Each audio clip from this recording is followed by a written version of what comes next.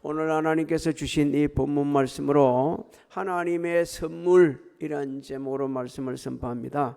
하나님께서는 이스라엘 백성들을 애굽에서 구원해 내시고 그리고 4개월 만에 그 시내산에 진을 치게 합니다. 그리고 시내산에 진을 치고 나서 약 1년 가까이를 그 시내산에서 머물게 하죠. 오늘 이 본문 말씀은 하나님께서 모세를 시내산에 부르시고 십계명을 주시는 그런 말씀입니다. 이 십계명을 가리켜서 많은 분들이 여러 가지 표현을 하죠. 하나님께서 인류에게 주신 최고의 선물이다. 또 십계명은 율법이다 이렇게 말하는데 하나님에 대한 어떻게 사람들이 섬길 건지 의무가 뭔지를 일깨워주는 법이다 이렇게 말씀하기도 하고요. 또 사람과 사람 사이의 관계를 어떻게 우리가 잘 조화있게 해 나갈 건지를 일깨워주는 사회의 법이다 이렇게 말을 하고요. 종교 의식에 관계하는 의식법이다 이렇게 말을 하기도 합니다. 그런데 십계명을 말씀하시는데 제일 중요한 것은 하나님께서 우리에게 주신 최고의 선물입니다. 최고의 선물. 많은 선물을 받아봤겠지만 하나님께 주신 최고의 선물 이게 말씀인데 말씀이 육신이 되어 우리 가운데 거하시니 은혜와 진리가 충만하더라. 예수 그리스도를 보내주기까지 이 말씀을 주신 하나님 아버지, 오늘 이 말씀 속에서 우리가 하나님께서 우리에게 주신 선물이 얼마나 위대한지를 한번 좀 생각해보는 귀한 시간이 되기를 소망합니다. 자, 1절부터 2절을 우리 같이 한번 읽어볼까요? 시작. 하나님이 이 모든 말씀으로 말씀하여 이르시되 나는 너를 애굽 땅 종 되었던 집에서 인도하여 낸 내 하나님 여호와니라. 그렇습니다. 제일 먼저 하나님이 이렇게 말씀하고 있죠.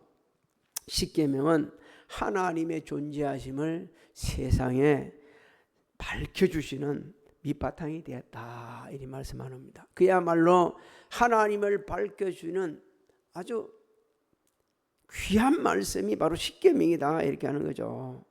여러분, 하나님께서 이 십계명을 통해서 누가 존재한다고요? 하나님 자신이 존재하신다는 사실을 일깨워 주셨어요. 그럼에도 불구하고 많은 사람들이 아직도 하나님의 존재하심을 믿지 않는 참 불행한 삶을 살고 있습니다. 성경은 분명하고 확실하게 가르쳐 줍니다.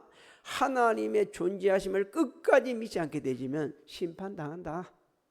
그 심판은 영원한 심판으로 지옥 갈 수밖에 없다 그럽니다. 또 성경은 우리에게 이렇게 가르쳐 주죠. 하나님께서는 영원전에 존재하시고 말씀으로 우주 만물 창조하신 분이시다. 우리는 그것을 믿습니다.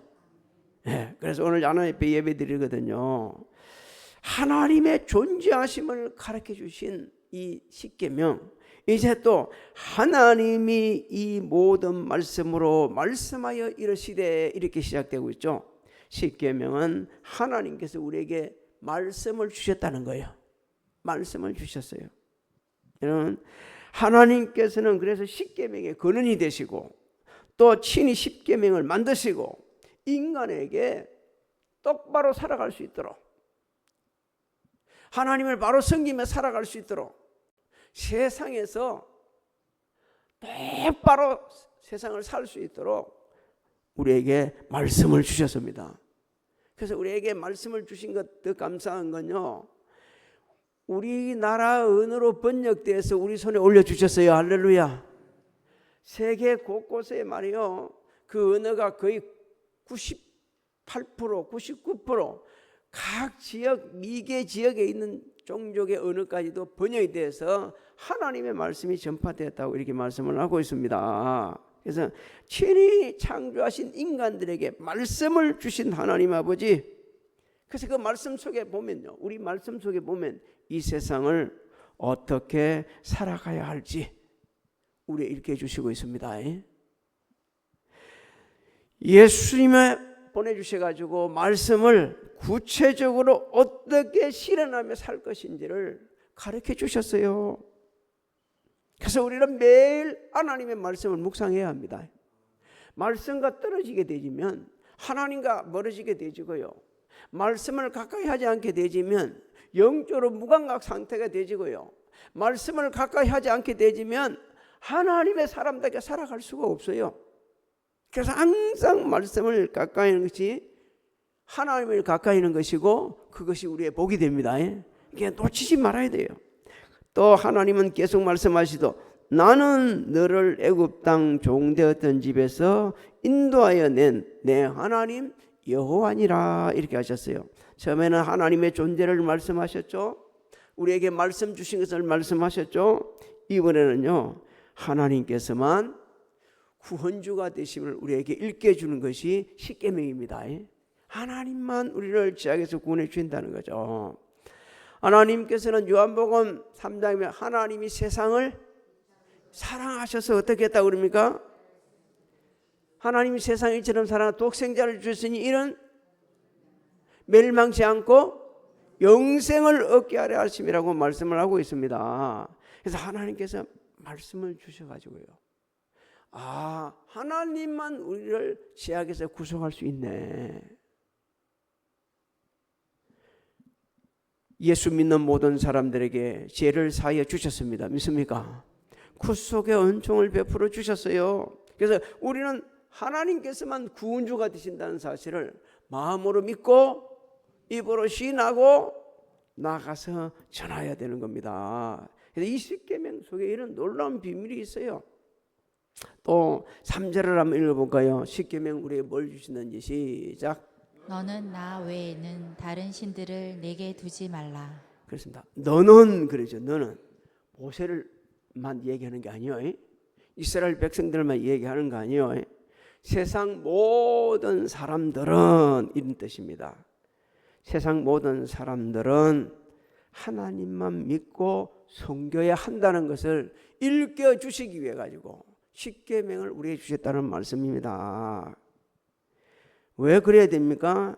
하나님께서 누가 그렇게 묻는다면 하나님께서 우리를 뭐 하셨어요? 창조하셨고 우리의 주인 되시고 오직 하나님만 섬김 받으시기에 합당한 분이시기 때문에 우리는 반드시 섬겨야 되는 거예요. 나 외에는 다른 신들을 내게 두지 말라고 하셨죠. 하나님을 대신하는 어떤 신도 도수는 안 된다. 이것을 가르쳐 주신 것이 십계명입니다. 바꾸 말씀드릴까요? 우상 섬기면 안 된다는 거예요. 우상 섬기면 하나님보다 더 사랑하는 것이 우상이라는 것은 우리는 너무너무 많이 들었어요. 그럼에도 불구하고 우리는 하나님보다 더 사랑하는 것들이 너무 많이 있습니다. 그런데 놀라운 사실은 자기는 안 그랬다는 거예요. 나는 하나님보다 더 사랑하는 것이 하나도 없다는 거예요. 돈을 하나님보다 더 사랑합니다. 그래서 주님은 말씀하셨어요. 그러면 안 된다고. 사람이 타락하게 되면 돈을 신으로 섬기게 된다는 것을 주님은 아시고 계셨어요. 그래서 말씀하셨습니다. 누가복음 16장 13절에 집 하인이 두 주인을 섬길 수 없나니 혹 이를 미워하고 저를 사랑하거나 혹 이를 중히 여기고 저를 경히 여길 것임이니라. 너희는 하나님과 재물을 겸하여 섬길 수 없느니라 하셨습니다. 알았어요. 이미 하나님은 다 아시고 계셨어요. 예수님은 다 아시고 계셨어요. 사람들이 타락해 가면서 하나님보다 더 사랑을 참 많이 줄 건데 그 중에 1번이 뭐요? 하면서 말을 안 해. 돈이 신이 돼가 있는 거예요. 돈이. 여러분 돈이 신이 되면 안 되지만 돈은 다스려야 합니다. 그리고 그걸 잘 선용할 줄 알아야 돼요. 하나님 뜻대로 사용할 줄도 알아야 되고 말씀대로 행해야 됩니다. 그런데 아니요. 하나님보다 더 사랑하는 사람 말라요. 또 권력을 이 세상의 우선수에 둔 사는 사람이 많이 있습니다. 세상 연락을 하나님보다 더 우선순위에 두고 있는 사람들이 많이 있어요. 그래서 사람들이 타락하는 겁니다. 오늘날 하나님의 존재에 대해 믿지 않는 정말 의문을 가지는 사람들을 가려서 불가지론자들이라 이렇게 말합니다. 또 하나님보다 각각 기술과 경험과 이생을 앞세우는 사람들을 세속주의자들이다 이렇게 말을 합니다. 하나님을 아예 믿지 않는 자들을 가리켜서 무신론자들이다 이렇게 말을 합니다. 아예 세상 연락에 빠져 지옥 가는 고속열차에 타고서도 그 사실을 전혀 모르고 있는 자들, 정말 이 세상에 가지각색의 사람들이 많이 있어요. 하나님 존재에 대한 의문을 가지는 불가지론자들이나 경험과 이성을 앞세운 세속주의자들이나 하나님을 갖다가 아예 존재 자체를 믿지 않는 그런 세상 연락에 빠져 있는 사람들, 다 하나님을 대적하는 자들이요. 그들은 자신도 모르고 하나님보다 더 사랑하는 것들이 많이 가진 사람들이요. 그래서 하나님 앞에 나오기 싫은 거예요. 하나님 인정하고 싶지 않은 거예요. 어떤 사람은요, 너무 건방져가지고 내가 세상 지식이 얼마나 많고 내가 이렇게 유명한 대학을 다녔는데 하나님 없어. 너무 악한 자들이요. 성경은 분명히 말씀합니다. 세상 지식 지혜로 갖고는 하나님을 알 수 없다. 우리는 그런 대단한 지식을 가지지 않고 있을지라도 하나님의 은혜로 하나님의 존재를 믿습니다. 할렐루야. 하나님만이 나의 구세주인 걸 믿습니다. 할렐루야. 근데 하나님은 더 놀라운 은혜를 우리에게 이렇게 준다. 하나님을 알 만한 것이 이 온 우주 만물에 나타나 있다는 거예요. 진짜 영적 눈을 똑 열어보게 되지면 다 하나님 알 수 있다는 겁니다. 로마서 1장 18절로 20절을 우리 같이 읽습니다. 시작.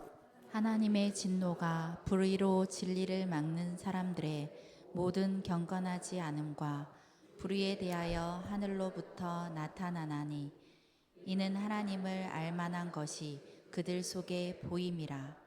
하나님께서 이를 그들에게 보이셨느니라. 창세로부터 그의 보이지 아니하는 것들 곧 그의 영원하신 능력과 신성이 그가 만드신 만물에 분명히 보여 알려졌나니 그러므로 그들이 핑계하지 못할지니라. 한 30년도 넘은 얘기입니다. 제가 그 서울에 살고 있을 때에 그 아파트 안에 미국에서 박사학위를 금방 받고 싸가지고 우리나라 주교 기관에 이제 들어갈 분이 한 분 사시고 계셨어요. 근데 그 하필이면 그 집에 제가 다니던 교회 목사님이 같이 살았습니다. 같이 살면서 이분이 그분한테 전도를 하는 거예요. 계속 전도를 하니까 그래도 안 믿는 거예요.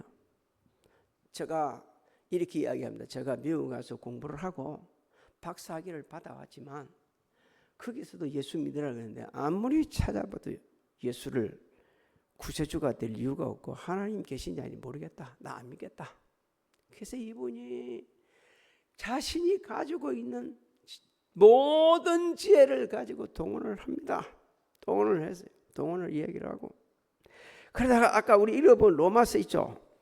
로마서 1장 18절 20절을 펴놓고 이 말씀을 좀 읽어보세요.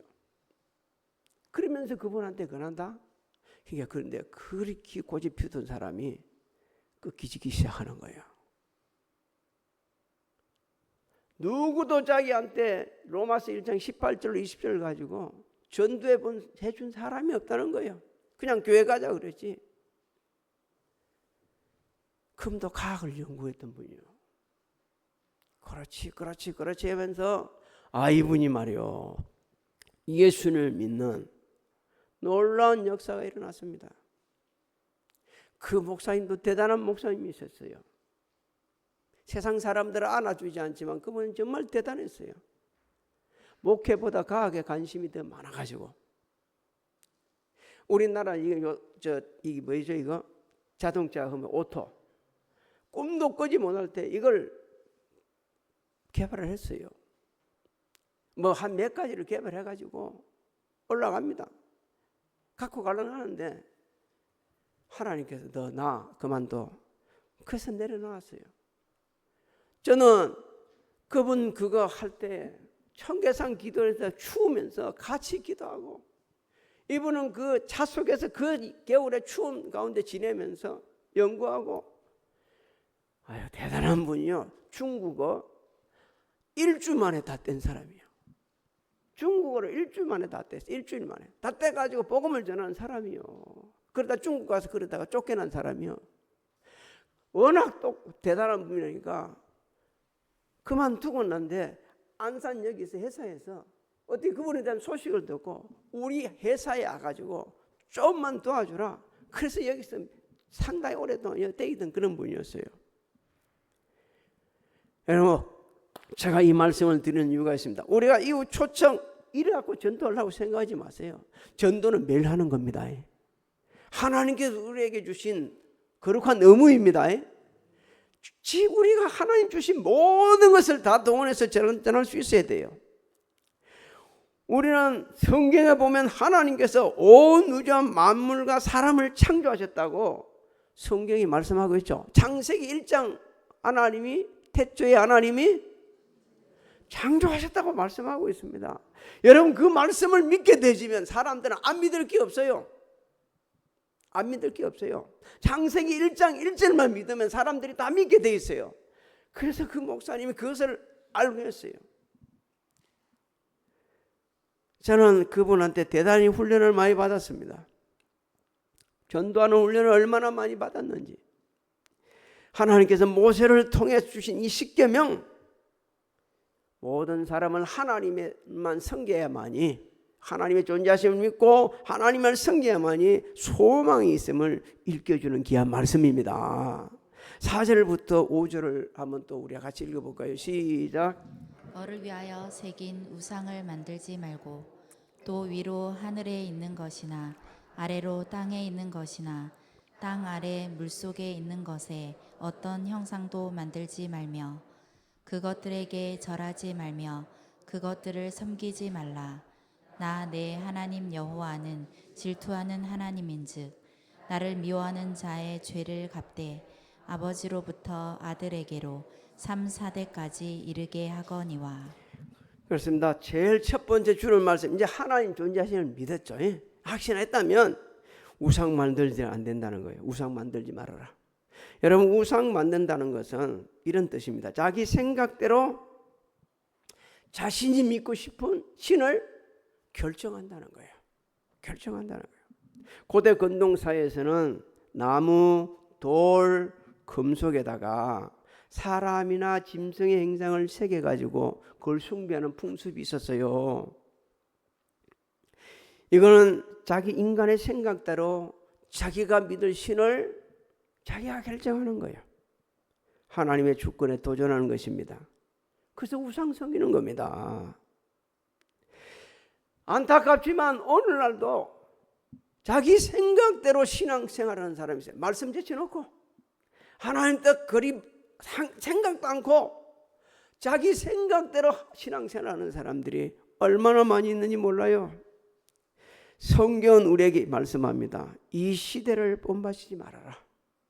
이 시대를 본받게 되면 안 된다. 로마서 12장 2절을 제가 읽어드릴게요. 너희는 이 시대를 본받지 말고 오직 마음을 새롭게 함으로 변화를 받아 하나님의 선하시고 기뻐하시고 온전한 뜻이 무엇인지 분별하도록 하라. 할렐루야. 우리는 이렇게 살아야 됩니다. 그 다음에 하나님은 이제 우상에게 전하지 말라 한다는 겁니다. 절한다는 것은 예배 대상으로 삼는 거예요. 예배 대상으로. 여러분 하나님께서만 우리의 예배 대상이 됩니다. 다른 데 예배되면 안 돼요. 그래서 절에 가면 뭐 하죠? 절하고 있잖아요. 그 예배 드린다고 그렇게 하고 있죠.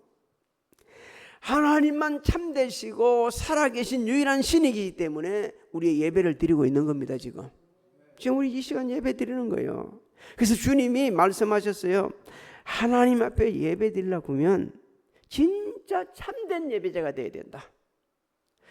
요한복음 4장 23절로 24절을 한번 읽어볼까요? 시작. 아버지께 참되게 예배하는 자들은 영과 진리로 예배할 때가 오나니 곧 이때라. 아버지께서는 자기에게 이렇게 예배하는 자들을 찾으시느니라. 하나님은 영이시니 예배하는 자가 영과 진리로 예배할지니라. 할렐루야. 우상 섬기지 말아라.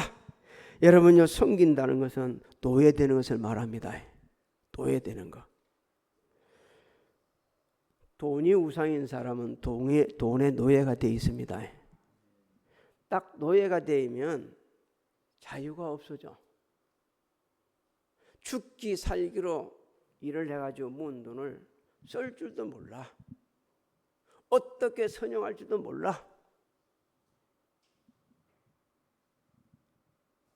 권력에 노예되어 있는 사람들, 그 사람들은요, 권세가 마치 무슨 무기인 양 자기 하고 싶은 대로 휘두르는 거예요.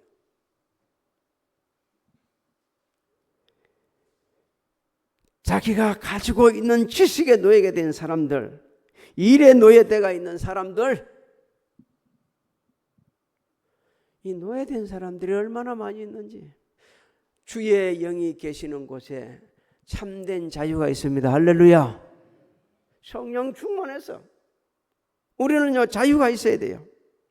하나님께서는 위대한 사랑과 능력으로 이스라엘 백성들을 애굽에서 430년 노예에서 해방시켜 주셨어요. 하나님 우리를 예수 그리스도를 통해서 죄와 사망에서 자유를 주셨습니다. 그래서 하나님 말씀하시죠. 나 내 하나님 여호와는 질투하는 하나님이시다. 여러분, 질투하신다는 것은 주의 백성들을 너무너무 사랑하신다는 말씀이에요. 그래서 하나님은 너무 주의 백성들을 사랑하기 때문에 주의 백성들이 다른 존재를 사랑하거나 경배하는 것을 용납하지 않습니다. 결코 용납하지 않습니다. 이사야 42장 8절을 한번 읽어볼까요? 시작. 나는 여호와이니 이는 내 이름이라. 나는 내 영광을 다른 자에게 내 찬송을 우상에게 주지 아니하리라. 그렇습니다. 하나님께서 우상 숭배하는 자의 죄를 갚되 아버지로부터 아들에게로 3, 4대까지 이르게 하시겠다고 하셨어요. 우상 숭배의 무익함을 가르쳐 주시는 겁니다. 자신에게도 유익이 없고 자녀에게도 유익이 없고 어떤 사람에게도 유익이 없다는 거예요. 근데 6절은 희망을 줍니다. 6절을 한번 읽어볼까요? 6절 말씀을 시작. 나를 사랑하고 내 계명을 지키는 자에게는 천대까지 은혜를 베푸느니라. 할렐루야. 믿습니까? 예, 하나님의 은혜는 영원하시다는 거예요. 그래서 우리는 하나님만 섬기면 하나님께서 영원한 은혜를 우리에게 베풀어 주시는 거예요. 여러분, 하나님을 사랑하는 것이 하나님 섬기는 겁니다. 그러면 성경은 우리에게 이렇게 가르칩니다. 하나님을 사랑할 때가 이제 어떻게 하는 것이 하나님 사랑이냐? 우리 주님이 말씀하시기를 요한복음 14장 21절에 나의 계명을 지키는 자라야 나를 사랑하는 자니 나를 사랑하는 자는 내 아버지께 사랑을 받을 것이요 나도 그를 사랑하여 그에게 나를 나타내리라. 할렐루야. 하나님 사랑하는 증거는 말씀에 순종하는 겁니다. 말씀에 순종하는 거예요. 말씀에 순종하는 자가 하나님을 사랑하는 자예요. 여러분, 우리가 하나님 정말 사랑하게 되지면 말씀에 순종하여서 하나님 말씀하신 대로 할 수 있는 대로 복음을 전합니다. 하나님 말씀에 순종하여 전 인격적으로 예배를 드립니다. 하나님께서 주신 것을 순종하여 선한 일에 부여해지는 겁니다. 하나님께서 십계명을 주신 것을 감사하면서 모든 영광을 돌려드립니다. 미국 에제베리 신학교 교수인 맥시 드넴은 이 십계명을 이렇게 표현을 합니다. 좀 제가 옮겨볼게요. 나는 십계명만큼 서양 문화에 영향력을 끼친 문서가 있는지 의심스럽다. 서양 문명에서 십계명은 언제나 중요한 위치를 차지하고 있다. 유대인, 가톨릭 신도, 개신교들에게서 유일하게 공통된 종교 원리들의 규정이다. 십계명이 그렇다는 거예요. 십계명이. 또 많은 지역의 시민법은 하나님께서 주셨던 이 언약법에 뿌리를 두고 있다. 이렇게 말하고 있습니다. 그래서 성경학자들은 십계명을 가리켜서 역사상 가장 중요한 문수다. 십계명이 온 인류에게 미친 그 영향력을 청량할 수 없기 때문에 그렇습니다. 할 수가 없어요. 하나님께서 주신 이 십계명은 대부분 나라에 법의 근원을 두고 있습니다. 법의 근원을. 그래서 하나님께 주신 십계명은 인류에서 주신 가장 온전한 법이라고 이렇게 말을 합니다. 법은 지켜야 돼요. 근데 하나님께서는 이 법을 주신 것은 우리를 위해서 주신 겁니다. 세상 법은 보게 되면 사람을 위한 법이 아닌 것 같아. 법을 위해서 법을 만들어 놓은 게 너무 많아.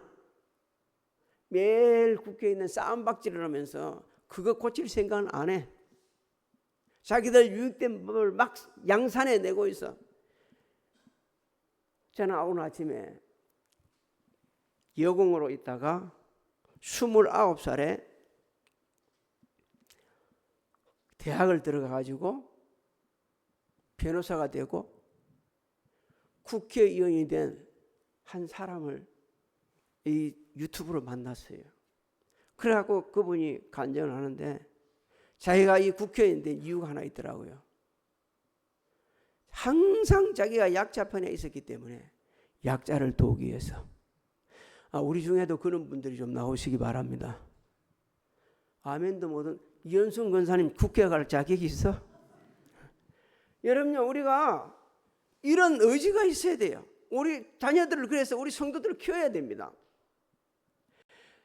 하나님의 법은 사람 위해서 줬는데 세상 법은 뒤다 보게 되면요, 사람을 위한 것도 있겠지만 그렇지 못한 것들이 너무 많아요.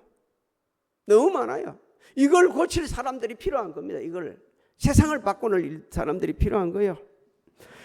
우리는 다시 한번 십계명을 들여다봐야 됩니다. 십계명은 누구를 위해서 주셨어요? 나를 위해서 주셨네. 나를 위해서 주셨네.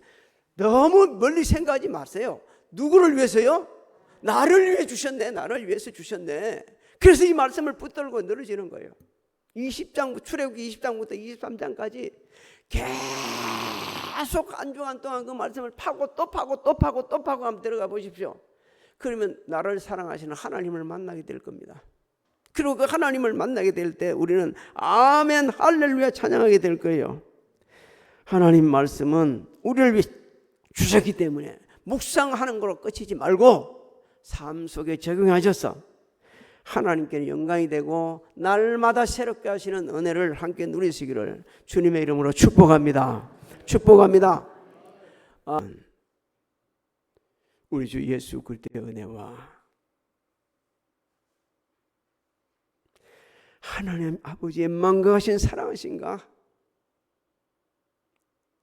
성령님의 감화 감동 교통 내주 역사하심이